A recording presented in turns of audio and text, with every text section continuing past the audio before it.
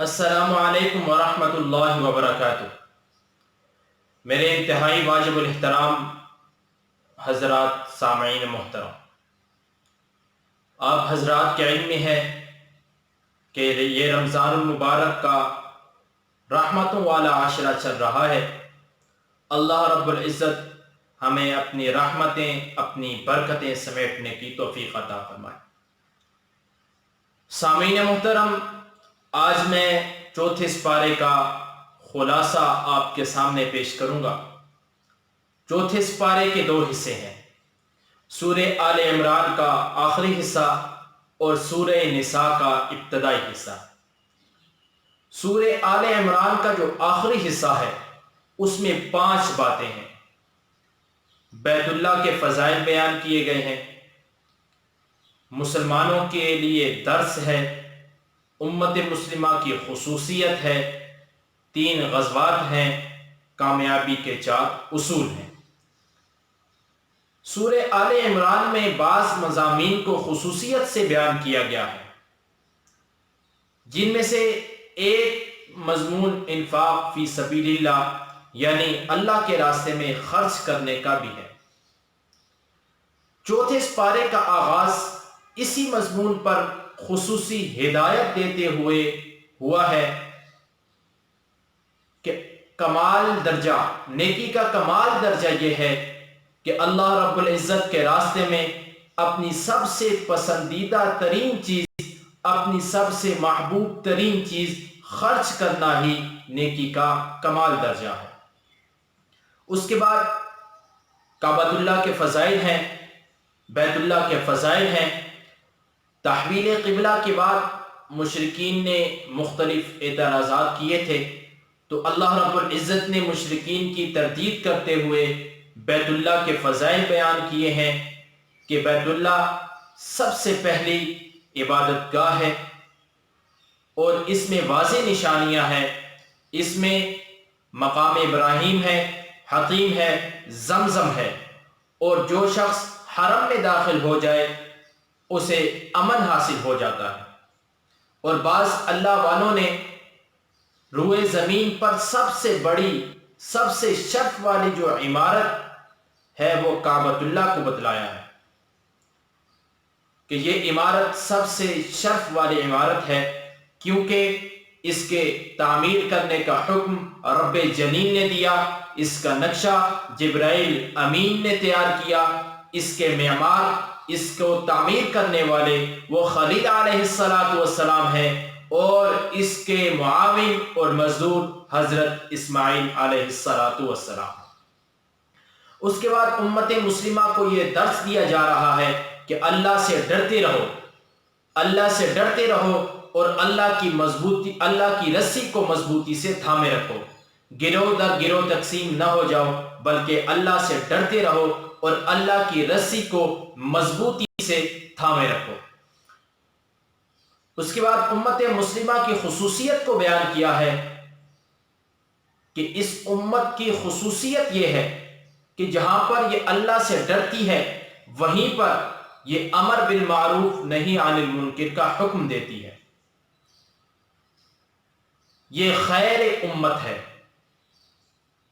کنتم خیر امت، خیر امت ہے، یہ بہترین امت ہے، لوگوں کی نفع رسانی کے لیے نکالی گئی ہے، بھلائی کا حکم دیتی ہے، برائی سے روکتی ہے اور اللہ پر ایمان رکھتی ہے۔ اس کے بعد 3 غزوات کا ذکر ہے۔ پہلے غزوہ بدر ہے، پھر غزوہ احد ہے، پھر غزوہ حمراء الاسد ہے۔ غزوہ بدر کا ذکر تو محض حوالے کے طور پر ہوا ہے، جبکہ غزوہ احد کا ذکر وہ تفصیل کے ساتھ 55 آیات میں ہوا ہے۔ اور اس کے بعد غزوہ حمراء الاسد ہے، کیونکہ مشرکین مکہ غزوہ احد کے بعد دوبارہ پلٹ کر حملہ کرنے کی سوچ رہے تھے، تو نبی علیہ السلام ان کے تعاقب میں باوجود تھکاوٹ کے، باوجود زخموں کے، باوجود 70 شہداء کا جنازہ اٹھانے کے باوجود اللہ کے محبوب پیغمبر کفار کے تعاقب میں نکلے، صحابہ آپ کے ساتھ نکلے، تو جو غزوہ حمراء الاسد میں شریک ہوئے ان کے لیے بہت بڑے اجر عظیم کا وعدہ کیا گیا۔ اس کے بعد آخر میں فلاح اور کامیابی کے 4 اصول بتلائے۔ سب سے پہلے صبر، مصابرہ، مرابطہ اور تقوی۔ صبر کہتے ہیں کہ دین پر جمے رہنا، ڈٹے رہنا، تکالیف مصائب کا خندہ پیشانی سے مقابلہ کرنا۔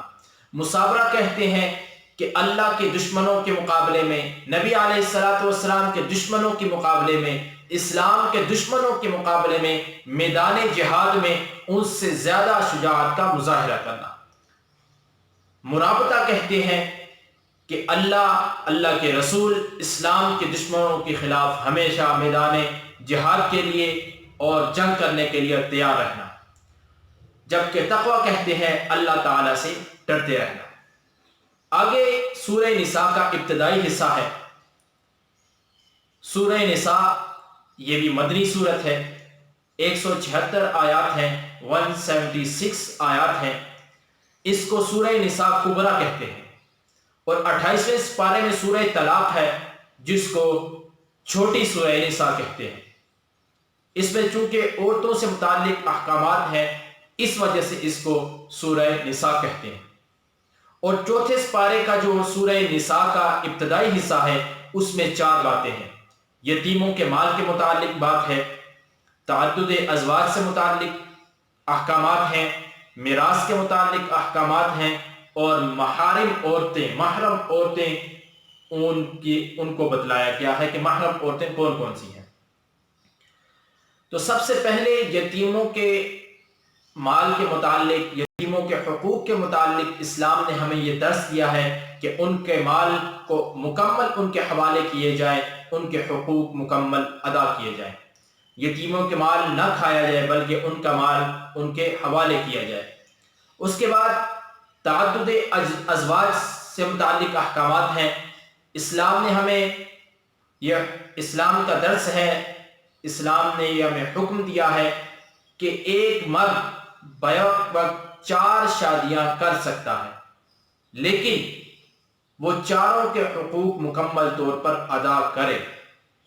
اگر حقوق ادا نہیں کر سکتا پھر ایک ہی شادی کرے گا۔ اس کے بعد میراث سے متعلق احکامات ہیں۔ اسلام نے اولاد، میاں بیوی، ماں باپ، بچے، چاہے وہ چھوٹے ہوں یا بڑے ہوں، جوان ہوں یا چھوٹے ہوں، اسلام نے سب کی میراث کا حکم دیا ہے۔ جبکہ اسلام سے پہلے مشرکین عورتوں اور بچوں کو میراث نہیں دیتے تھے۔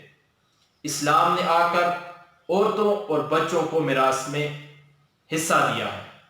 وہ کہا کرتے تھے کہ عورت اور بچہ گھوڑے کی پشت پر سوار نہیں ہو سکتے، تلوار نہیں چلا سکتے، میدان جنگ میں نہیں جا سکتے، تو پھر ہم ان کو میراث میں سے حصہ کیوں دیں؟ لیکن اسلام نے ان کو میراث میں حصہ دیا۔ اسلام نے اولاد کے حقوق میں، اسلام نے اولاد، ماں باپ، بیوی، بچوں سب کو میراث میں سے حصہ دیا۔ اس کے بعد محرم عورتیں ہیں جن عورتوں سے نکاح نہیں ہو سکتا۔ ماں، بیٹی، بہن، پھوپھی، خالہ، بھتیجی، بھانجی، رضائی ماں، رضائی بہن، ساس، سوتیلی ماں اور بہو، یہ وہ محرم عورتیں ہیں جن سے نکاح نہیں ہو سکتا۔ تو میرے سامعین، آج چوتھے سپارے کا خلاصہ ختم ہوا۔ چوتھے سپارے کا خلاصہ یہ تھا، چوتھے سپارے کے 2 حصے ہیں۔ پہلا حصہ سورہ آل عمران کا آخری حصہ، دوسرا حصہ سورہ نساء کا ابتدائی حصہ۔ ادھر 5 باتیں تھیں، کعبہ کے فضائل تھے، باہمی جوڑ کے متعلق یعنی امت مسلمہ کو درس دیا گیا تھا، امت مسلمہ کی خصوصیات کو بیان کیا گیا، 3 غزوات کا ذکر ملا اور کامیابی کے 4 اصول بیان کیے۔ جبکہ سورہ نساء کا جو حصہ ہے اس میں 4 باتیں تھیں، یتیموں کے حقوق کے متعلق احکامات تھے، تعدد ازواج کے متعلق احکامات تھے، میراث کے متعلق احکامات تھے، اور محرم عورتوں کو بیان کیا گیا کہ وہ عورتیں جن سے نکاح نہیں ہو سکتا ان کو اسلام نے واضح اور کھل کر، قرآن نے واضح اور کھل کر بیان کیا۔ اللہ رب العزت جو کچھ کہا گیا سنا گیا اس پر عمل کرنے کی توفیق عطا فرمائے۔ اللہ رب العزت ہمیں اسلام اور شریعت کے مطابق زندگیاں گزارنے کی توفیق عطا فرمائے۔